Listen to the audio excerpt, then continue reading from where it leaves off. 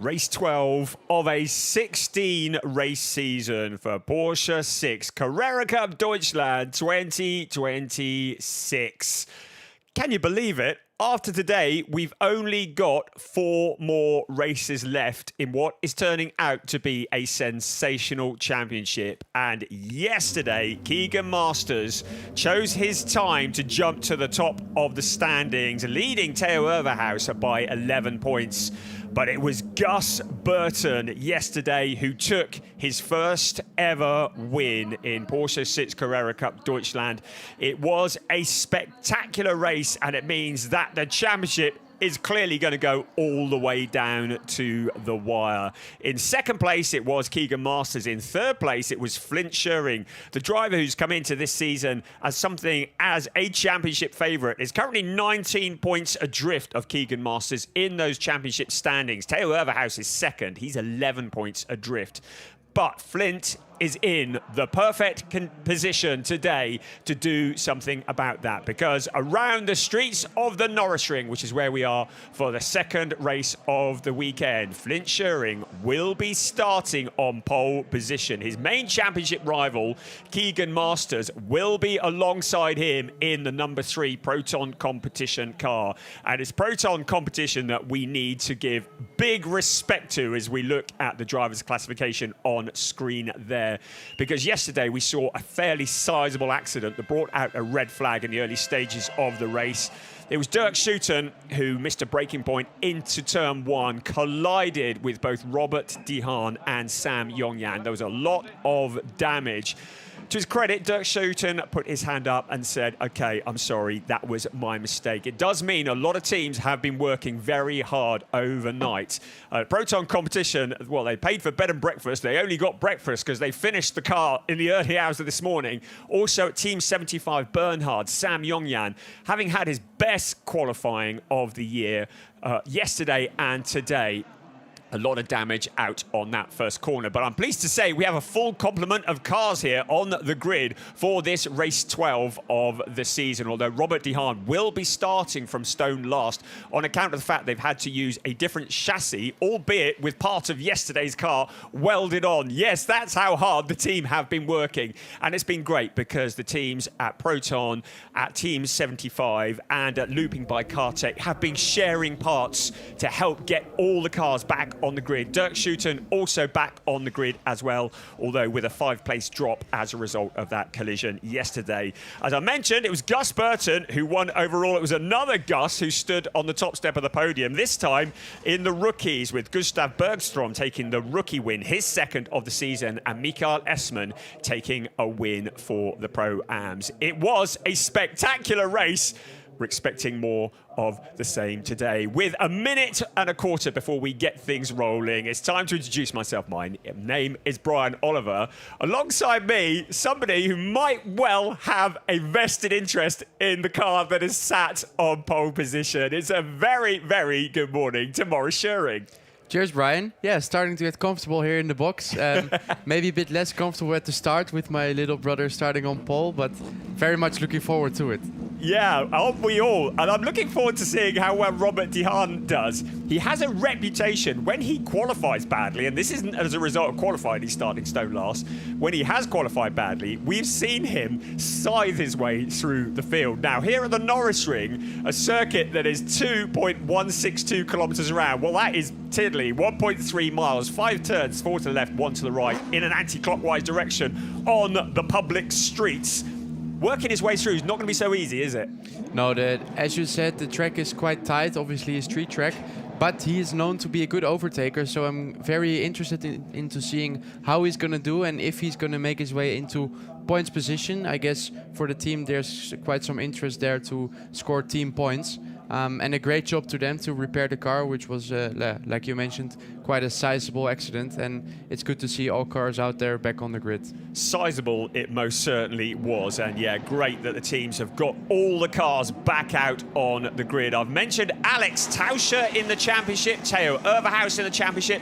Both of them had really tough qualifying sessions. Theo Overhaus down on row 10, Alex Tauscher on row 6. So in the championship standings, they too are going to want to work their way through as best they can.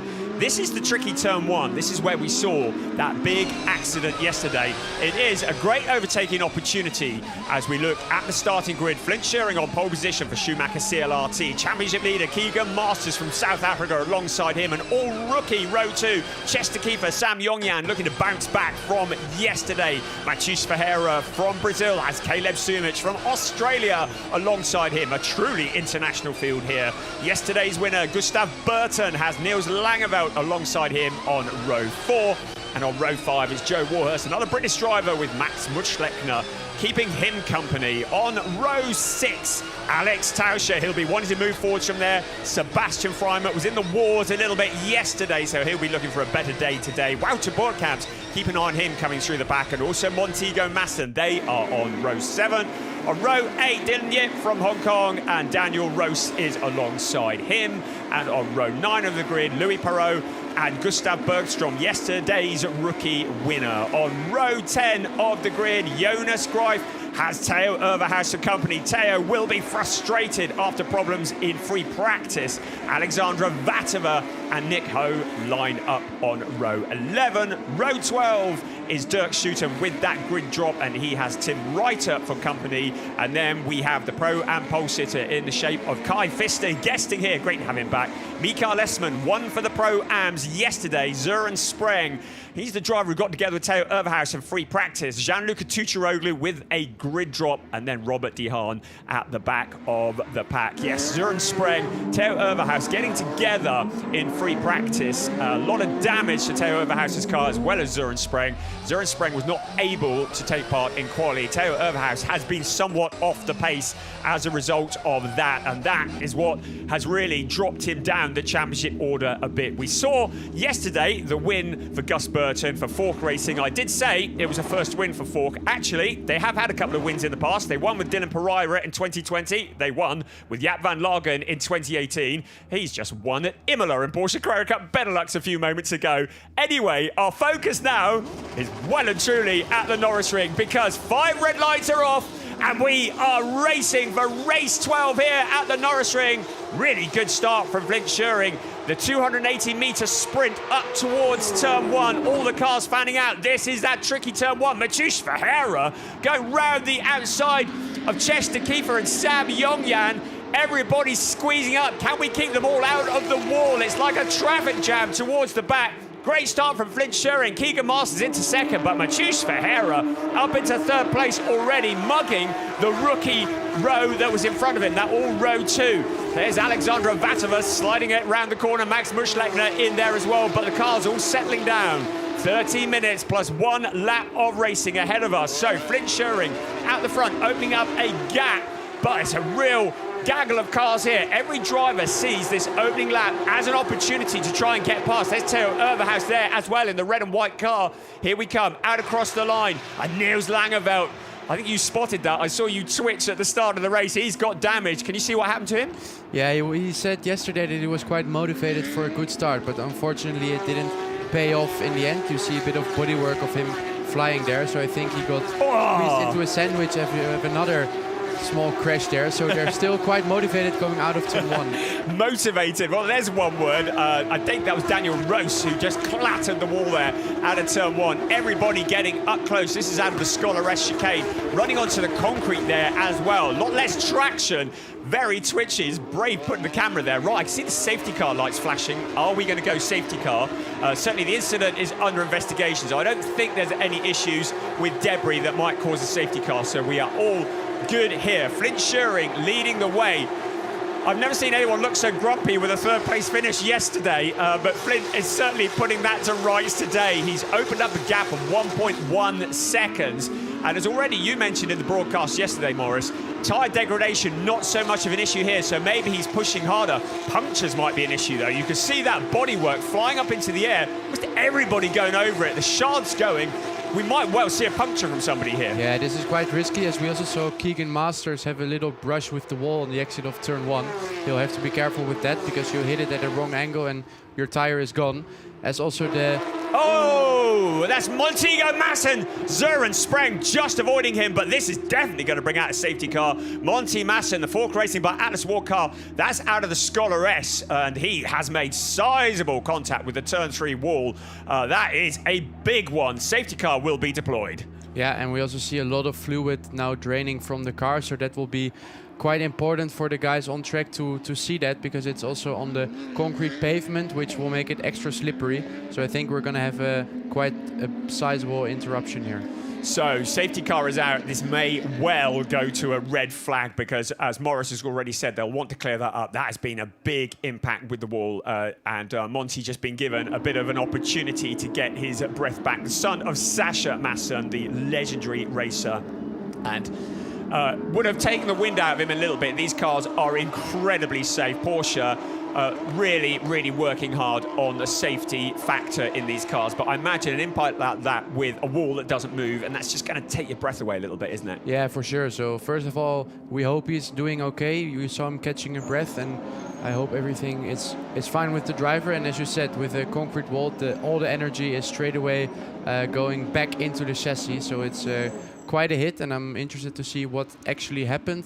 But yeah, let's hope everything is okay. Yeah, I'm sure it is. So we'll just keep an eye on that, and as soon as we're sure that Monty's all okay, I'm sure we'll see a replay right in the start of that then. So Flint Schuring leading the way, Keegan Masters in second.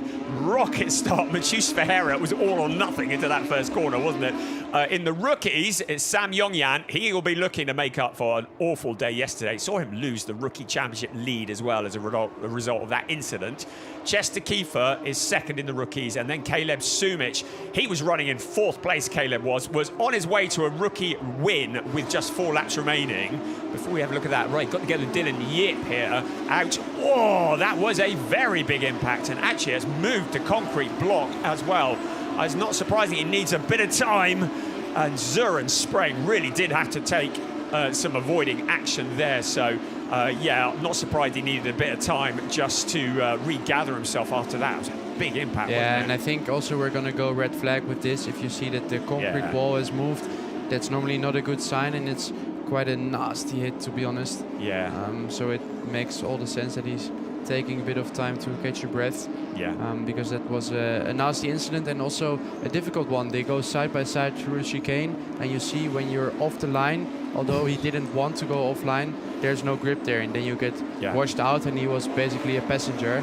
And incredibly lucky that Søren Spreng, that we are on board with him now, just managed to miss the car. I mean, it looked quite calm and collected from within his car, but he certainly, I'm really pleased he avoided that, because that would have been nasty. These cars, it always looks a lot worse than it is. I'm certainly not downplaying the accident, but the cars are made to fall apart. They're made to absorb the energy. There is Monty out of the car. That's the important bit. So he's out of the car. He's got out under his own steam. He will be taken to the medical centre and checked out, because that would be some serious G's there as well that he would have absorbed. But the main bit is he's out of the car. He's well. And as I was about to say, Porsche, they build them in such a way that the car is meant to fall apart. It's meant to absorb the impact so the driver doesn't, don't they? Yeah, I mean, they built them really strong in Weissach as we go red flag, like we thought. Yeah, with the concrete wall moving, I think that was the only right decision. So the drivers have to peel back onto the main straight as we saw yesterday, and there they have to wait until further instruction. This is also a key moment for them to get back into their focus and not lose too much, because it's quite difficult to handle this and stay in your zone, obviously with the tires cooling down as well. And then we're going to get going again on short notice. Yes, absolutely. And they'll obviously have to get some fairly heavy lifting equipment to get that concrete barrier moved back into place as well. I was about to mention Caleb Sumich. He was having the best race, certainly, of his time. Somebody's got a souvenir. That one made its way over the catch fence. That'll be hanging on a wall somewhere. So Niels Langeveld might want that back. Yeah, Caleb had his best finish, was heading for his best finish ever yesterday in 4th place.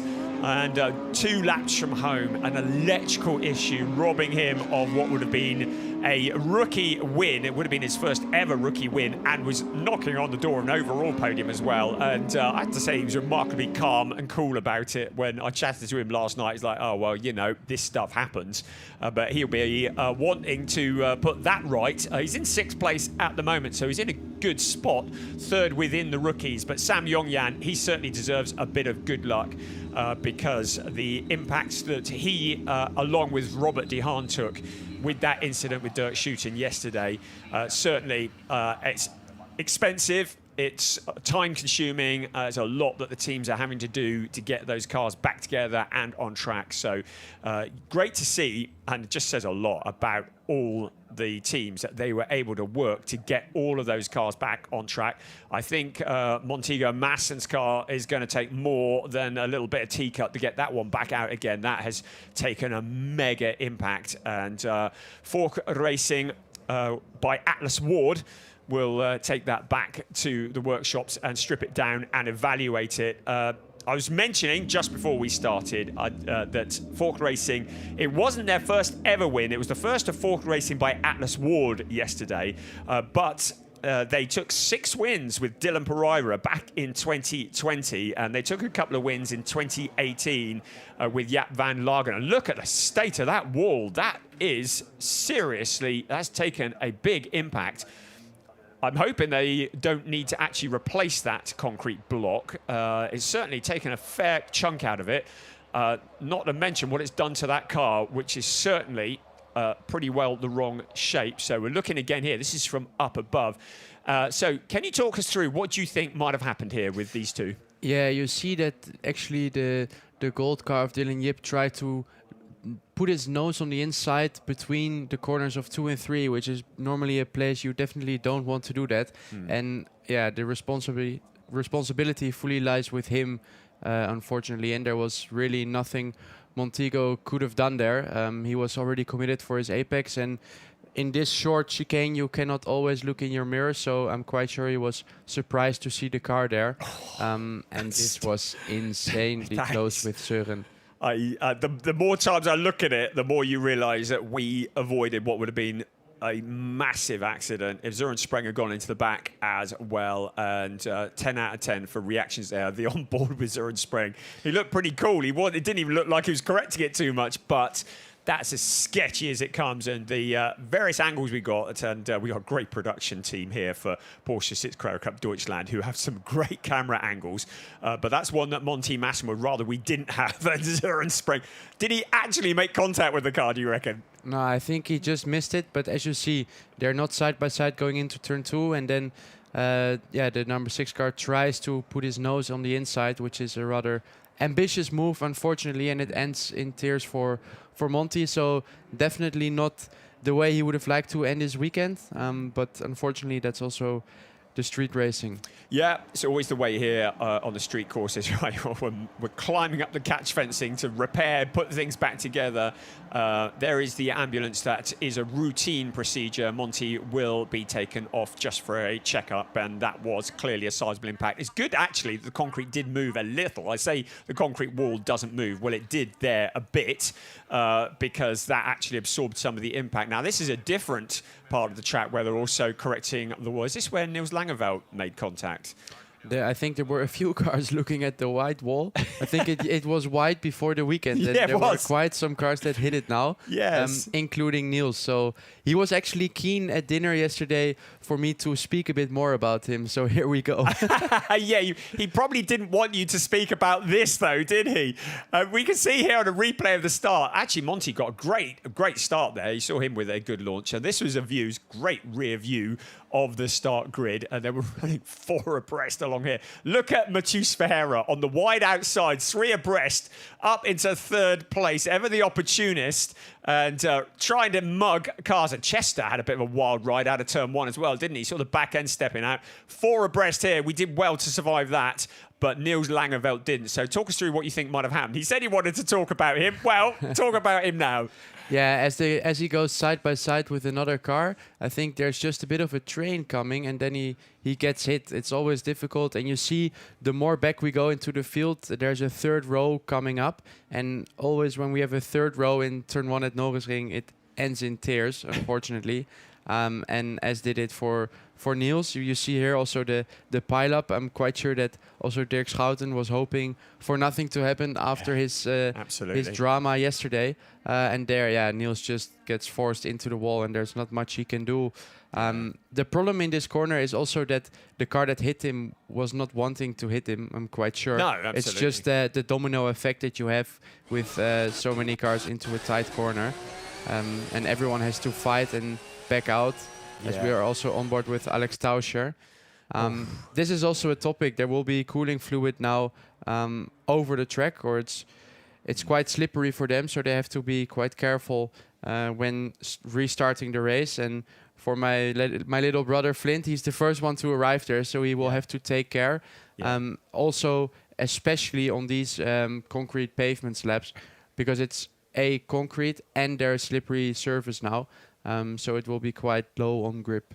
So, that's the very valid point, and you can see already the track staff working on cleaning up some of that fluid. This is why we are under red flag, not just to repair the fence as well, but also to get all the fluid up. And of course, the red flag means that we're not losing racing. The clock has stopped with just under 24 minutes remaining of this race. And at the time of the stoppage is Flint Scheuring from Keegan Masters and Matheus Ferreira after a great start to the race.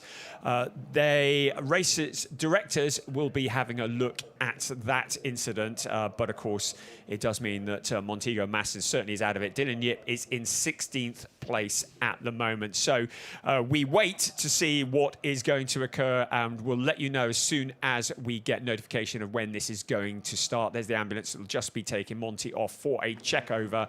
But it is, as you said already, it is just the traumas of street racing. It's bumpy, the concrete walls are up close, it's bruising. And on that opening lap, you saw with some of those onboards, just everybody is scrambling for those positions while the cars are bunched up and they're 2 and 3 abreast.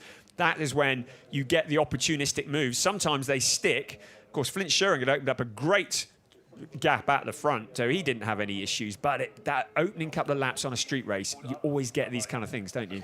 Yeah, also because the drivers are aware that overtaking is going to be difficult once they're in the train with the temperatures up to their normal values. So they want to maximize the first lap, as Matheus Ferreira did. He did a great job. I'm quite impressed with that move. You know, going around the outside of a complete row, basically moving himself up into a podium position, and he might very well finish there since he just had a great first lap, and then you can stay there. So it's a bit of a give and take. It's important to make a risk, but you also need to finish the race. Yeah, absolutely. Risk v reward. Well, Matheus, we know how good he is. He's had a couple of third places. He's still looking for that first win. He's very confident he's going to get it this season. Time's running out. There's only 4 more races after this, but he's always there. There is Dylan Yip, the driver from Hong Kong, who got together with Monty Masson, bringing out this red flag. Max Muschlechner there. He sounds like a German name, and it sometimes has a German flag next to his name on the graphics, but he's Italian, did you know? There's Theo Overhaus. So Theo, where is he? 13th place, so with a lot of work to do. So looking back at the point standings coming into this race, Theo in 2nd place, 11 points adrift to Keegan Masters. Keegan in 2nd place. So I'm going to tempt fate now. I'm just going to work out the points. If things finish, you'll say, don't do this. Not with my brother. If things finish as they are now, Flint Scheuring would get the full 25 points. Theo Overhaus, who is currently in 13th place, he would get a handful of points, about 3 points there. Keegan Masters in 2nd place, so he'd be pretty solid. So Keegan, if things remain as they are, would have 197 points. Flint Scheuring would have 183, so 14 points back with 4 races remaining. Very achievable. We know how quick the Schumacher CLRT car is. We know how quick Flint is. So he must be fancying this opportunity to close in on Keegan. Yeah, it's not many races left now, so it's important to maximize each race. As you said, they're in a great groove together with Com Ledogar's racing team and Flint. Just a very good package overall, and he's certainly very fast. So it would be good for him to pack up this race and go to Nürburgring with a 14-point gap to hunt down. Yeah, and he'd like it even more if Matheus Ferreira could maybe get past Keegan Masters. Right, we see there a forklift carrying a large section of barrier, concrete barriers. We look there at Flint Schuring. Just as he's your brother, as we've already mentioned. As a family, do your family watch this? I know we've seen your dad, Gervin, who's a real character often around tracks. Haven't seen him here this weekend, but as a family, do you all sit around and watch each other race? Do your parents look on nervously from behind a cushion? Yeah, you're making me laugh a bit now because I'm sure they're listening in at home.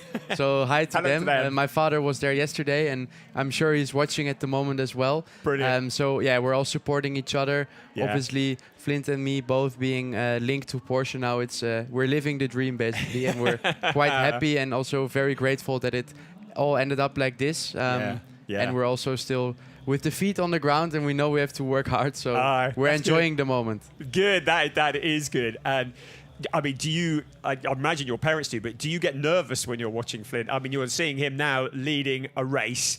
Do you have the nerves, or are you like, it's Flint, he'll handle it? Yeah, I mean, nervous more in the way that I really hope nothing goes wrong, like no crashes or something, but I have all my confidence and faith in that he does the maximum job. So I'm not nervous because I'm afraid he makes a mistake.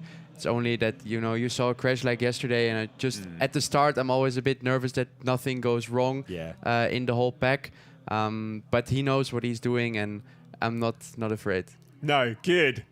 You know there's going to come a day soon when the two of you are racing against each other, and we're going to find out who's the quickest. You know that? Yeah, but we both know the answer to that, right? He might argue with you about that one. Yeah, but we both know our own answer. That's what I meant. But preferably, obviously, you're saying against each other, but it would be even cooler if we would race together with each other on absolutely. a car. So that would be our goal at some stage, to share a car for a race. Your dad has just dropped a message to say, yes, we are watching. So, yes, hello to you, Kevin. Great that you're watching. Always there. Great character around the paddock. Right, well, there's another character. Gus Burton. Where was he when the red flag came out? He was in 7th place. Yesterday's winner. I said it yesterday, say it again. He's campaigning for every round to be on the street circuit because he got a podium at Monaco in Mobil 1 Super Cup a few weeks back, and he was great yesterday. He withstood so much pressure from behind. The challenge was coming from Flint and from Keegan, and he held it all off, kept his cool. Just looking here, just breaking away. That is the section that they're replacing. This is not the work of a moment, is it? Getting that section out.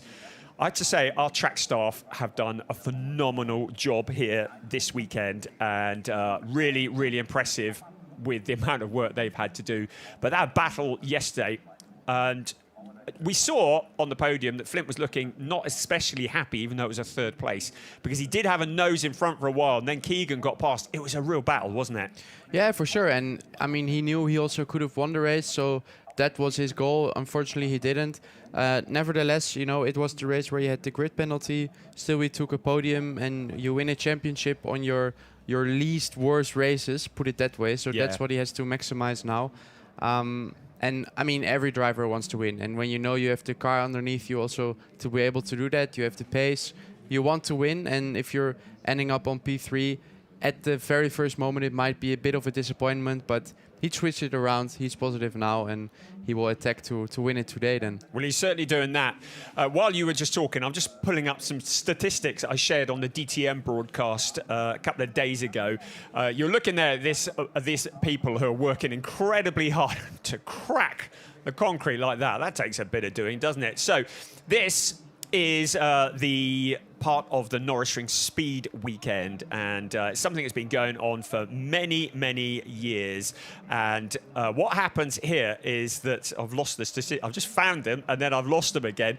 I was going to tell you what goes into it. Right, it's the Motorsport Club of Nuremberg who put this event on. They convert the public roads. So we look again at why we have this red flag, just looking at the incident in the top corner of your picture there, that little contact between Dylan Yip and Monty Masson. The Motorsport Club in Nuremberg convert public roads between Zeppelinfeld and Dutzendijk into this racetrack. There are 600 volunteers who put in around 10,000 hours over a 2-week period for setting this up. There's 2 weeks to set up and then another week for dismantling. This is not the work of a moment. They don't just chuck this up in a day or so. There's 5 kilometers of triple crash barriers, 5 kilometers of safety fences, 1 kilometer of mobile concrete crash barriers, make that 1.1 meters because they've just had to add an extra bit there. And 110 six-pack tyre bundles, 3 kilometres of water and sewage pipes, over 5 kilometres of power cables, additional seating for 25,000 spectators, and 12 kilometres of construction fencing around the event site. It's a massive project, and safety obviously is the priority, is making sure that these barriers and this catch fencing is in place so that when we do get moments like this, that the public, first and foremost, and the drivers are well protected. Right, well, we've got an estimated restart time, which is in 9.25 minutes. So midday local time is our estimated restart. So it's estimated, so that might well change, but we're optimistic that in 9 minutes from now, we might get this race underway. But it's a fantastic job that the Motorsport Club in Nuremberg do, getting this event up together and building this track.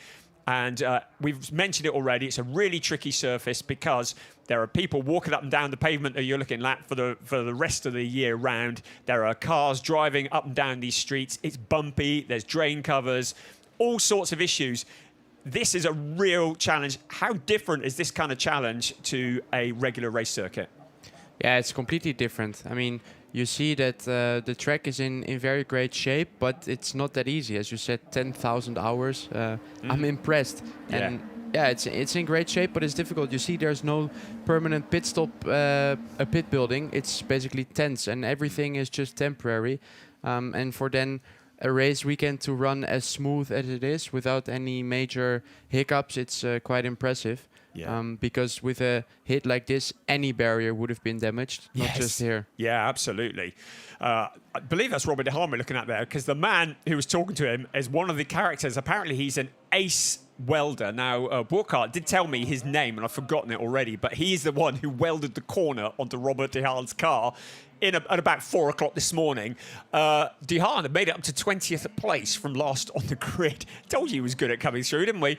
So he's not out of this completely. So into the top 20 for Robert de Haan. Sam Yongyan is the leading rookie at the time of the stoppage, and he saw his lead in the rookie championship. I mean, it looked for a while as though Chester Kiefer was going to walk the rookie championship, but he had a pretty torrid time at the Lausitz-Ring, while Sam Yongyan had a better time and was able to jump to the top of the rookie standings. But yesterday, that non-finish for Sam has seen him back down to second place. So Chester Kiefer leads the rookies by just 2 points from Sam Yongyan. Caleb Sumich still in it, but he's 28 points back, so kind of needing his main competitors to have a bad time to get back into the hunt. Monty Masson in 4th place. He is 38 points back in the rookie standings. Clearly, he's not going to be scoring any more today. In the Pro-Ams, yesterday, Mikael Essmann leapfrogged Søren Spreng to the top of the Pro-Ams. They've been trading that top spot in the Pro-Am standings at pretty well every event. So Mikael now leads Søren Spreng by 2 points. Sadly, we don't have Sam Shaheen or Ahmed Al-Shihab or Ray King here this weekend. So it's a two-way fight in that championship. We've got Kai Pfister, who's currently leading the way in the Pro-Ams in this race, but as a guest driver, does not score points. And just to round things out completely in the team standings, it's Proton Competition who lead with 282 points. Target with 232, and in 3rd place, Schumacher CLRT. They're 66 points back, so they've still got a bit of work to do. It's the best 2 cars in the team that score points.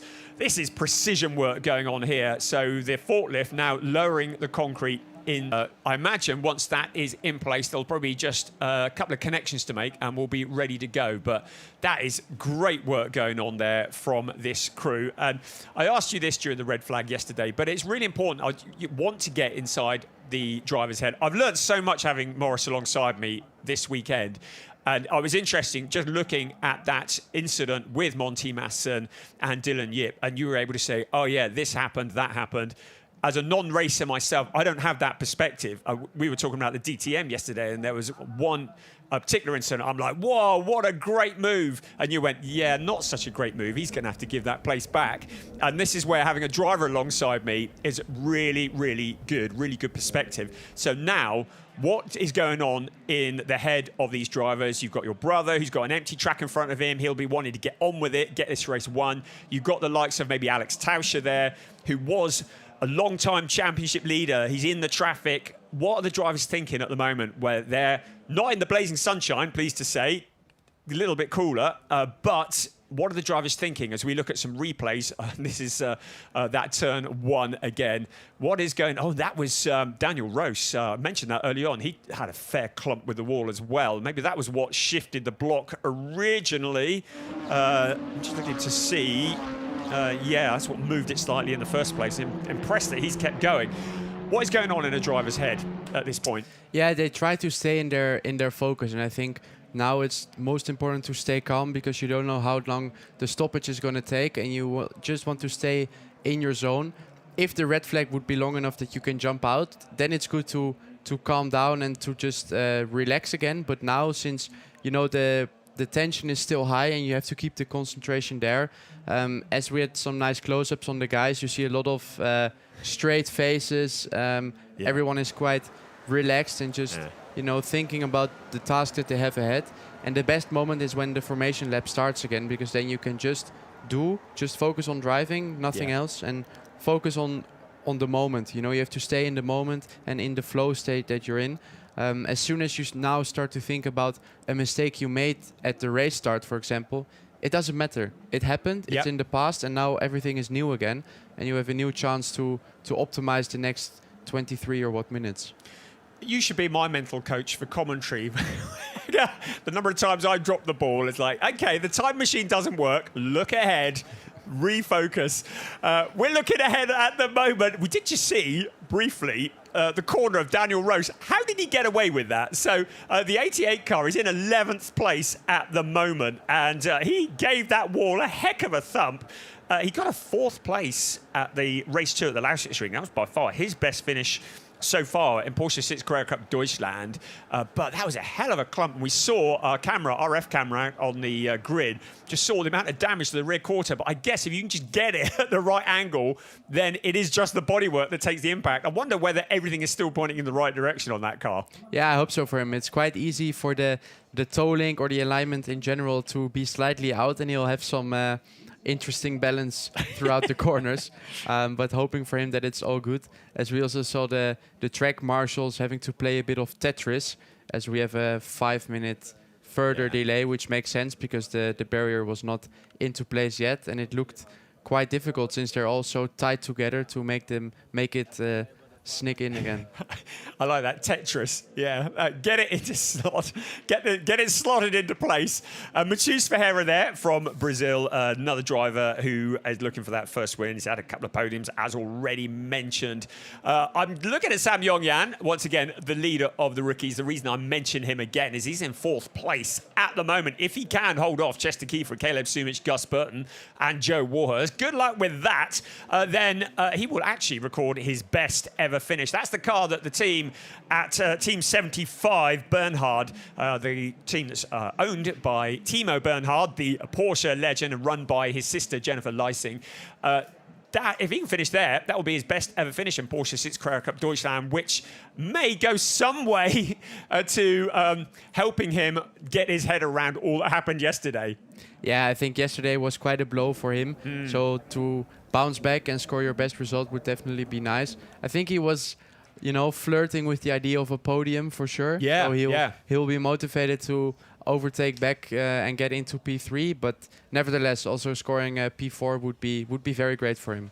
Yeah, and he is one of the talent pool. There are 8 drivers in the talent pool as we look again at a replay of what happened yesterday with Sam Yongyan. So this was Dirk Schuiten. He'd missed a braking point going into turn 1. He put his hand up and said that it turned into a fairly sizable incident. It was Robert De Haan that took the first brunt of it, and then De Haan was then snooker balled, potted into Sam Yongyan. Yongyan sustaining a fair bit of damage as well. How on earth we've got those 3 cars, well, most of those 3 cars back on the grid is beyond me.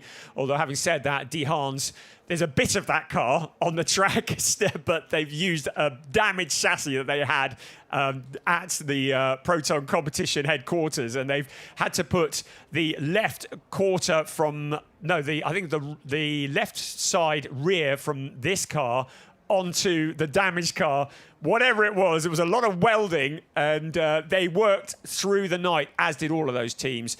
And also for Dirk Schuten's team, Looping by Cartech, they did a fantastic job getting that car back together. Nothing malicious in there at all. I can tell you that as an absolute fact. It's good, hard racing, but just mistakes happen. And as just looping back to what you were just saying, you can't change the past. You've got to go, okay, whatever happens, you've got to look ahead and refocus, reset. And the bit we really can't be dealing with in any kind of racing in Porsche Sixt Carrera Cup Deutschland is any kind of aggro or hatred from social media and all the rest of it. And, you know, to the people that have been rude, we say, yeah, please stop on that, because the drivers are here, they're racing hard, they all want to win a championship. And that man there did that at the season closer last year at Hockenheim. It was Robert De Haan who became the champion of Porsche Sixt Carrera Cup Deutschland after a fairly lively race that might or might not have involved your brother, and also Alessandro Gueretti. That was an absolute edge of the seat showstopper. We had that, and then we had the finale for DTM afterwards. As we, yes, we applaud you. What a fantastic job! Hype the crowd. That's what you should do. But yeah, what an event Hockenheim was last year. You get the feeling this championship could end up with something like that again, because the championship is wide open still, isn't it? Yeah, I think we're gonna go for a big showdown in the last race. Preferably, you know, one of the Schurings can wrap it up. But I think it will be a really good show, as we've seen all season. I think we had great racing also at the Lausitzring. Again here, obviously, the incident yesterday was unfortunate, but other than that, we had some great fights going on. Yeah. And it's great advertisement for the Porsche Cup racing. Yeah, it really is. What an advert I was about to do, and then I went off on a tangent. Not like me at all. I was talking about a talent pool, wasn't I? 8 young drivers in Porsche Carrera Cup at Germany, a talent pool. Just an update on it. We are about to get going, but the race will be 14 minutes plus 1 lap. So the clock has just been reduced slightly on account of the fact that we have quite a tight schedule here at the Norisring, so will be slightly shorter. I'm going to say this about the talent pool. Eventually, 8 drivers, all coached and mentored by former Porsche Works driver Wolf Hensler, Lupo Hensler, who does a great job. I went on a track walk with him and the team on Thursday. Learned so much. I've forgotten it all. I'll tell you what he said if I can remember it. But it's not just that. At the talent pool, they are taught all sorts of things. We even had etiquette training at the Lausitzring. I joined them for that, and I got told off twice for putting my elbows on the table. My dad would be turning in his grave if he could see me doing that. But they're also taught about how to deal with the media. I need some training in that. Taught all things physical health, mental health. We have a mental coach as well who's involved with it, and it's great. Were you part of the talent pool, weren't you? I have been for 2 years, actually. 2 years. In so 2021 and 22, and it helped me a lot. I think it's one of the parts that contributed to, you know, making your way also as a Porsche contractor driver, the status I have now. And I'm forever grateful to Wolf Hensler and also in the Porsche Super Cup with Marco Seefried. They all do a great job in coaching the young guys and maybe, you know, calm them down in certain areas and make them also realize that there's much more to being a racing driver than just being fast. You have to be, you know, you represent a brand, you represent yourself as a brand as well. And I think it's a great school to learn that. Yeah, absolutely. Brilliant. Well said, Morris. And yes, I remember you in the talent pool. I did a double take on that. But yes, so many big names have come through the talent pool, and really good to see these drivers. One of them is the outgoing champion of Porsche Sixt Carrera Cup Deutschland, Robert De Haan. He was in the talent pool as well. And it's a talent pool driver who is in 3rd place, 4th place, 5th place, 6th place, 8th place. So I would say they're doing a great job. Right, enough of this. 30-second board has been shown. A slightly shorter race. Here we go. It's going to be race 12 of the season, part 2. After this, just 4 races remaining. 2 at the Nürburgring, 2 at Hockenheim Ring. So the 2 legendary German circuits to finish off the season. At the moment, the championship is in the hands of Keegan Masters, but Flint Scheuring wants to do something about that, and he can take a big step towards that championship if he remains exactly where he is now. But Keegan has a habit of really coming on at the end of a race. Well, this is a shortened race. The clock is already ticking, so he's going to have to get weaving here, but I don't think he's just going to let Flint just disappear off into the distance. You know that Keegan is going to be putting the pressure on. Yeah, we're going to get down to the business end of the championship, so each point will be important for the both of them. Also, Keegan will be looking to make a move maybe, but at the same hand, finishing P2 is also not the worst for him at the moment, with Theo Overhaus and Alex Tauscher both being a bit further behind. So he's a smart kid, and maybe he can actually optimize his points. Could it be more silverware going back to the Netherlands? Could it be silverware going back to South Africa, or is there silverware going to Brazil? We're going to find out in a little under 13 minutes plus 1 lap as the cars now get going again. The reset that we talked about, the mental reset, everything's cooled down. You've been sat in the car waiting, time probably dragging on. Now you've got to get yourself in the zone. I'm guessing when you've seen a big accident, like we did yesterday, like we have today, you also have to shut that out because you don't want to be getting all scared. You've got to be focused on what's happening. Yeah, and I'm quite sure that out of the 27 cars that are driving, I think no one is scared at the moment. And you can't be. If you let that creep in, there's no place for focus. They're all just, I think, looking forward to optimize their positions or maintain a good position if they have so. And they just have a new opportunity now to do the race. So here we go then. 12 minutes on the clock. The field at the moment coming out of the Scholar Rest just past where we saw that accident. I have no notification that the safety car is coming in this time around, and it is routine. Firstly, to get the heat into the tyres. Well, I can see Flint backing off. Hasn't actually said safety car in, but it looks like Flint is backing from the safety car. I didn't see whether the lights were off or not. No, the lights are still on, so I think we are still running at the moment. So generating the heat in the tyres. Also, just establishing where there's a bit of grip, getting the focus back. And it is normal after a stoppage, especially, to have a few laps behind the safety cars. Also, they need to absorb fluid with the various cement dust or whatever it is they use. We need to make sure that that is all clear, that everything is clear on the track, because safety is absolutely everything. Right, here we go. Safety car will be in on this lap. So heading towards turn 1. Taken at first gear even during a race. It's a really slow 180-degree corner after a really long stretch heading out of turn 4. Then it's a little burst on the accelerator up to about 4th gear, then back down to 2nd gear. You're going to correct me on all this later. You go, no, your gears are wrong. It's 2nd gear around the Scholar S. Am I right in saying that? It is. Oh, thank you. That's a relief. Then out of the Scholar S up to 5th gear, apparently, in towards turn 4. Not that I've ever driven one of these circuits. I've just got given this information. And 1st gear around the Dutzendijk, turn 4. So a lot of acceleration, heavy braking. Looking after the brakes is an issue here. Right, 10 minutes, 20 seconds on the clock, plus 1 lap.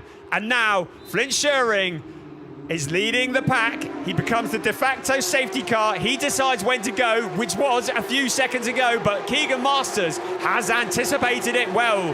Mathieu Ferreira there as well. Masters flashing the lights, trying to distract him. So, flat out, we head towards that tricky 180 left-hander. That is turn 1. Masters shows himself to the outside. Mathieu Ferreira wasn't particularly close, so that gave Masters an opportunity to have a look on the outside.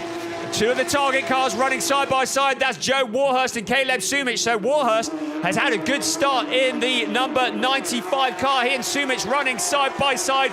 past the scene of the crime at the stoppage. So Joe Warhurst with a good start, up to 7th place. Flint Schuring leading the way. In the background, there's Alex Tauscher. Wouter Borderkamps getting involved in that fight as well. Into the Dutzendijk turn. 9 minutes and 15 seconds remaining. This is quite a scrap going on. Looking at Joe Warhurst in the number 95 car in 7th place at the moment. And along the pit straight they come. This is really great stuff, isn't it? Yeah, it is. And you see that they're all wanting to optimize their position with a little less than 9 minutes to go at the moment.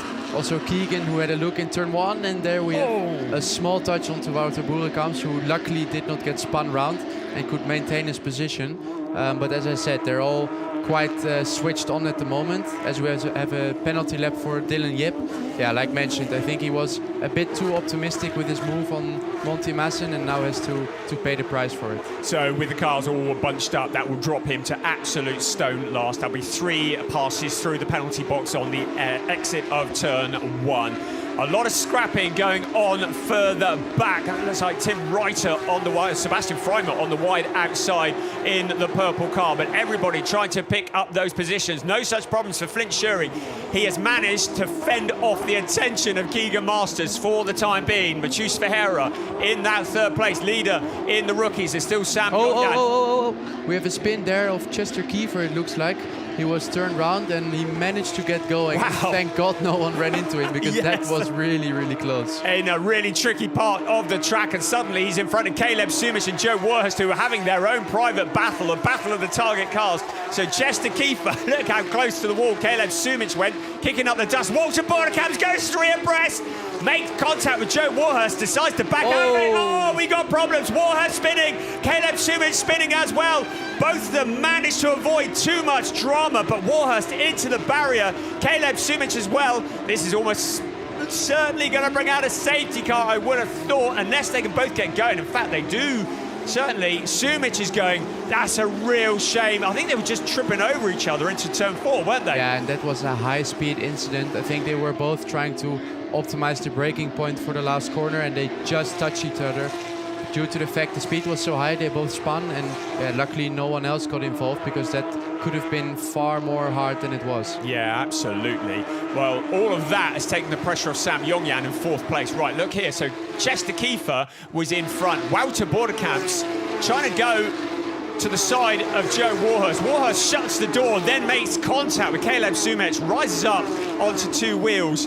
I mean, what's your reading of that? I think it was more of a miscommunication between the two, because they just drive against each other, but there was not clear intention or bad intention from either of them. No, absolutely not. It was just looked like a bit of a miscommunication, and yeah, quite unfortunate.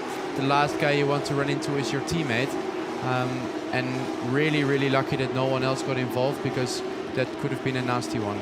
Well, Theo Overhaus did well not to get involved and was able to actually move up a couple of positions as a result, so that will have helped his championship no end. It's under investigation, which is kind of a moot point as things stand, because both of them are certainly out of getting any meaningful points, probably out of the race as well.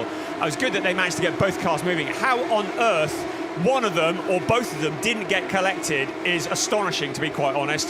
Fortunately, they both went spinning off into the distance and we're away from everybody else. But here, this moment here, look at Theo Overhaus. He doesn't know where to go, left, right, decides to go to the inside.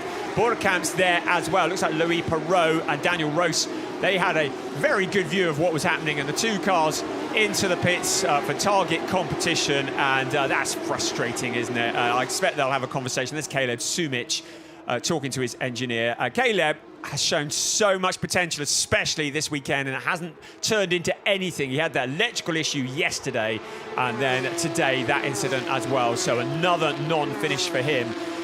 Not going to help him in the rookie points. Sam Yongyan with that 4th place though, that is going to definitely help him in the rookie points. Right, penalty lap for car 77 for this collision here that we are looking at. So that's Louis Perrault. So he has got a pass through the penalty box as well. So that's going to drop him down the order. At the moment, he was running in 10th place, which is a solid place. And you see he was trying to do the penalty lap, but there was Daniel Ross actually blocking him. So I think the incident might have been before, maybe with how Chester Kiefer has spun, as Robert de Haan is still trying to get past Alexander Vateva. Wow. that was really nicely avoided, because there was a car that definitely would have T-boned him. And you see how bumpy it is on the inside of turn 1. It's really difficult to overtake, even if you have more speed. And there was apparently an incident between Chester Kiefer and Gus Burton. As we look at it now, that was really, really close. So that's Gianluca Tucciaroglu getting it wrong into turn 1 as well. Robert Dehaan with Max Muschleckner ahead of him, and he got to, I don't know whether Gianluca Tucciaroglu had a helping hand or whether he missed his braking point. But everybody at Team 75 Motorsport looking on with their head in their hands. We're into the last 4 minutes. Right, under investigation, Chester Kiefer for an unsafe rejoin. What have you spotted there? Yeah, there he was overtaking Alex Tauscher. So they were having a fight, and Alex Tauscher missed his braking point a little bit, and Chester is back in front actually. So he's now up into 6th position, right behind Gus Burton. And yeah, according to the time messaging control, they had an incident, and you see Chester flashing the headlights to Gus. So I'm assuming he's a bit frustrated with what happened beforehand. I'm pleased I've got you here as well, because I'm looking at the timing screen, looking at the live screen. So much going on. Right, well, there is Joe Warhurst and Caleb Sumich having a conversation. Probably better to leave that one till everything's calmed down a bit, I should think. 3¼ minutes remaining. Here's your race leader. Flint Schering leading the way from Keegan Masters. Mathieu Ferreira, that's your 1, 2, 3. Sam Yongyan in the background. He's not given up. That car's showing some good pace despite the dramas of yesterday. Yesterday's winner, Gus Burton. There behind Chester Kiefer. Alex Tauscher. Well, he said it was damage recovery. He's doing a good job there. A penalty lap 2 times for Gus Burton for causing a collision with Chester Kiefer. So, from all the excitement and the glory of yesterday, Gus Burton is going to have to pass through the penalty lap twice. And because we haven't been long out of a safety car, the cars are not especially spaced out, so he's going to lose a lot of positions, isn't he? Yeah, that's quite painful for Gus, because doing it twice is going to cost quite a lot of lap time, like you said. We haven't seen the incident, so it's hard to judge on that, but yeah, it is what it is for Gus. Yeah, and he'll come back from it stronger. He was delighted yesterday. He even got a message of congratulations from Formula One legend Johnny Herbert last night. I mean, they're watching us at Silverstone, you know, and Gus really, really impressing with his driving, but this is going to hurt a little bit as he's going to tumble down the order. We're in the final 2 minutes of timed racing here. Flint Schering well in control. We haven't spoken about the Pro-Ams yet. Ron Paul and Mikael Esman, he is leading for the Pro-Ams. He's found a route past Kai Pfister. So Esman is leading for the Pro-Ams. Kai Pfister in 2nd. Søren Sprang in 3rd. If Søren carries on like this, he will get the points for 2nd, because as a guest driver, Kai Pfister does not score points. In the rookies, Sam Yongyan leads Chester Kiefer, who's 6th overall. Max Muschleckner into a podium position. It'll be a 2nd podium for him in the rookies, and he is in 13th place overall. We're looking down at the troublesome turn 1 as the cars finally settle down a bit. Right, here's Gus Burton. Has he served that penalty lap? He still has not done his penalty lap, so he either disagrees or did not get the message, but I'm guessing it's the first one of the two. Yeah, you think? I think he can only pass the start-finish line once before he has to take it. It might be that the team are in discussion about it, but if he doesn't take it, the stewards may well throw an even bigger penalty at him. So it could be going from bad to worse for Gus. Right, 50 seconds of timed racing remaining. While all that's going on, Flint having no problems at all. 1.4 seconds clear of Keegan Masters. Never really looking under threat. Well, this is the leaders. Well, that was the moment where Gus Burton, and he did tag Chester Kiefer. Kiefer joined, made contact with one of the target cars on his way rejoining. So you see, there was a tag from Gus Burton. Alex Tauscher, there was Joe Warhurst who got together with Chester Kiefer. So Warhurst might feel a little bit hard done by there. I think it was quite ballsy the way that Chester came back there, and quite lucky that nothing happened. Well, that was the unsafe rejoin that's under investigation, so that will be it.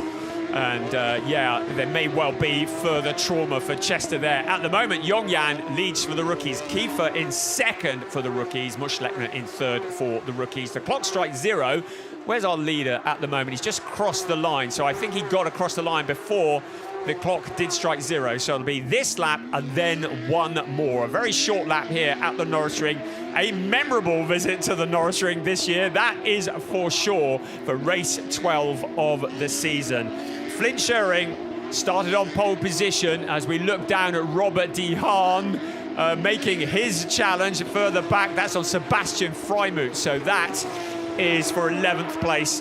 Flint started on pole position for the 6th time this season. It was his 11th pole in total in Porsche Sixt Carrera Cup Deutschland, looking for his 5th win of the season, his 9th win in Porsche Sixt Carrera Cup Deutschland, and now he has just 2.16 kilometers between now and seeing that checkered flag and that win. So just holding it all together. No threats now from Keegan Masters. For the very last time into turn 1 he comes, and then heading out towards the Scholar S. It has been an absolute masterclass from Flint Schuring in this race. Into the Scholar S he comes, turn 2, turn 3, and then heading out towards turn 4, the Dutzendijk turn. And then out of that he will come before he sees that checkered flag. In the background, Keegan Masters will extend his lead at the top of the championship, but Flint Schuring will be closing in further back. Out of that final corner he comes. Flint Schuring now onto the pit straight. He sees the checkered flag ahead of him, and he takes his 5th win of the season, his 9th win in Porsche Sixt Carrera Cup Deutschland. A absolute masterclass of driving. Keegan Masters in 2nd place, and another 3rd place from Mathieu Ferreira. Yeah, great job. Super happy for Flint, obviously taking his win and getting closer to the championship lead. Now with a 14-point gap, if I can trust your calculations. I would not trust my calculations. Yeah, and great result for him. Also after yesterday, where he might have been a little bit disappointed, today he bounced back and he delivered. Fastest lap to go with it, so just a clean sweep today. And a win in the rookies for Sam Yongyan in the number 65 car. He's had 3 wins, so his 4th win in the rookies, and just 1 step away from the overall podium as well. And hopefully that will go as some consolation for yesterday. There you go. There's your classification. Very much subject to confirmation. We do have an investigation, certainly involving 5th place Chester Kiefer underway. And probably other discussions to be had also, Gus Burton, with those penalty laps as well. So this is all very much subject to confirmation. Theo Overhaus made it up to 9th place, so he got himself 7 points. I was just looking to see Alex Tauscher made it up to 7th place. So while that was all going on, Alex had just been quietly getting on with it. So he's got 9 points as well. So he's up to 154 points to Keegan Masters 77. So still very much in the championship hunt. Theo Overhaus with 173 in total, I beg your pardon. So by my calculations, which are sketchy, Flint Schuring does move up to 2nd in the points standings with 183 points. Keegan Masters leading the way with 197. Hold it lightly, I think it's a 14-point gap. Oh good, I'm pleased, there we go. Thank goodness someone else was doing it. Theo Overhaus, 24 points back. Alex Tauscher, 34 back, so he's got a lot of work to do in the last 4 rounds. But Alex Tauscher has a habit of winning at the Nürburgring. No pressure or anything, but that could launch him back into it. At the moment, Flint Schuring, when he's brilliant, he's really brilliant, isn't he? I mean, we saw this at Spa, where he was just leaving everybody for dust in the Schumacher CLRT car, and that was an absolute masterclass, wasn't it? Absolutely, he was fully fired up and really in his zone together with his car, so he was hard to beat today. Keegan crossed the line with 1.5 seconds behind him. Still, it was quite a close fight, and it doesn't always look as easy as it might seem. But he did a great job, and also Mathieu Ferreira to finish on the podium rounds it up in a good way after a mega move in the first lap. I have to say I was really impressed by that. Yeah, you and me both. And I think Keegan Masters, very mature, because he knows when to attack and when to just bag the points. Because he knew that if he challenged Flint too hard, he might have ended up in the wall. He might have ended up losing positions to Ferreira. So he knew, he gave it a shot, but then he knew when to just settle for that 2nd place, if that is possible to do that as a racing driver. But thinking of the bigger picture, and Keegan, who is mega consistent here in Porsche Sixt Carrera Cup Deutschland, and that is why he leads the standing. So he stretches his legs with 197 at the top, but 183. So he stretched his legs over Theo Overhaus, but not over Flint Schuring, who now jumps ahead of Theo Overhaus in those points, and Flint is on a charge. He's now got 4 races to do something about the South African who leads the point standings. So into Parc Fermé, there's Flint just having a quick chat for the cameras, and then in a few moments it'll be a proud moment as we see him step on to the podium to receive his trophy. But Matheus Ferreira, good job from him, taking his third place of the season for Brazil, and still looking for that first win, but surely that's not going to be too long in coming. And just to remind you, Sam Yong-Yan for the rookies, Chester Kiefer, Gus Burton in 6th, Alex Tauscher in 7th, excuse me, Walter Bodekamps in 8th place, Theo Overhaus in 9th. Daniel Roos, despite attempting to move a concrete block with the back end of the car, in 10th place. That's a good job. Robert De Haan from Stone Last made it up to 11th place. You never count that man out, can you? Yeah, he did a great job, and I think he optimized the mistakes of others, and in the end scoring valuable points for the team, finishing in P11. So yeah, he definitely did a good job, and he did what he was asked for. Yeah, that's what he came to do. That was score points for the team. He's not in the championship hunt. He's keeping the seat warm for Marcus Almond, who I believe was doing very well in Porsche Carrera Cup Asia this weekend. Right, there is your 3rd place for Team GP Elite. That is Matheus Ferreira in the number 27 car from South Africa for Proton competition. Keegan Masters with a haul of 20 points towards his championship hunt. The 2-time Carrera Cup Italia champion, trying to add the German championship to his title. But Flint Schuring, the rookie champion in Mobil 1 Super Cup, punches the air as he wins the race, takes maximum points from pole position, was maybe challenged a little, but never really looked threatened, winning and leading from lights to flag and taking that maximum points score. And he will now be thinking about the Nürburgring, which comes, well, we've got a bit of a break actually. We've got a few weeks before we head to the Nürburgring. That's going to be on the 14th to the 16th of August. And we've got an even longer break for the finale at Hockenheim. But it is shaping up to be a great championship year once again, as was the case last year. And we've already said it, it may well happen that it all goes down to the last lap of the last race of the season. In the rookie standings, I believe, maybe I should try and do the maths here, maybe I shouldn't, it's always a bit sketchy, but maximum points for Sam Yong-Yan, so that will take him back to the top of the rookie standings by 3 points by my reckoning, ahead of Chester Kiefer. And in the Pro-Ams, Mikael Esman will extend his lead ahead of Søren Spreng. So championships are all so close as we see some great cars coming out on track, some real classic DTM cars. Right, here we go then, looking at the podium. Here comes Matheus Ferreira onto the podium, his 3rd podium in Porsche Sixt Carrera Cup Deutschland.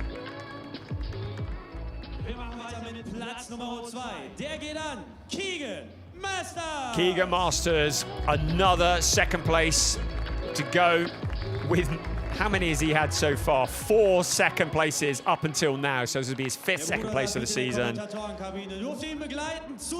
But to the top step of the podium for the 5th time this season, Flint Schuring for Schumacher CLRT. Even trophy on behalf of Schumacher CLRT. So now, once again, we pause for the national anthem.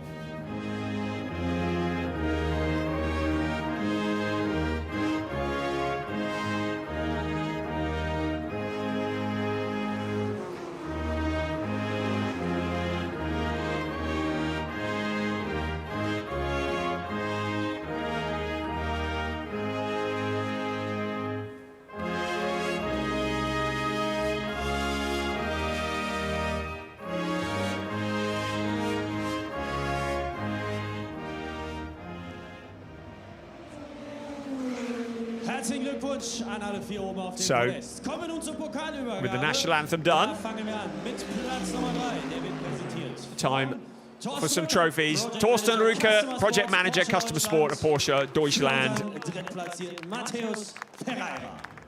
presents Mathieu Ferreira his Und third Torsten place Rüke trophy. darf direkt weitermachen, nämlich mit dem Pokal für unseren Zweitplatzierten. And Für Keegan to Masters. second place, Keegan Masters. Und auch den Pokal für unseren Sieger darf But a überreichen. really significant one on his championship hunt. Flint Schuring taking the trophy that he came for. Und einen haben wir Top noch. step of the podium. Wird erneut von Torsten Rücker übergeben, auch wieder für unser siegreiches Team. And Schumacher CLRT. in Vertretung. Michael I've been in Faru. Porsche Sixt Carrera Cup Deutschland a relatively short amount of time. Also in Porsche Mobil 1 Super Cup, of course. But boy, do they prepare a rocket ship. Pokale vergeben. As do Proton Competition, as do GP Elite. Vom Podest hier auf dem Norisring. So with the photos done, in just a few moments, the celebrations will start because we will have a little bit of a break now before we come back for round 7 of the season, races 13 and 14. That will be on the 14th to the 16th of August at the Nürburgring, a track that Alex Tauscher really likes, and he will be planning on that to launch himself back into the championship hunt. But who can stop Flint Schuring? Who can stop Keegan Masters? Theo Overhaus is hungry as well. The championship is wide open in Porsche Sixt Carrera Cup Deutschland, and it resumes in August at the Nürburgring. Join us then. We'll see you for races 13 and 14 in August. So from the Norisring, from myself, Brian Oliver, and Maurice Schuring, we'll see you then. Bye-bye.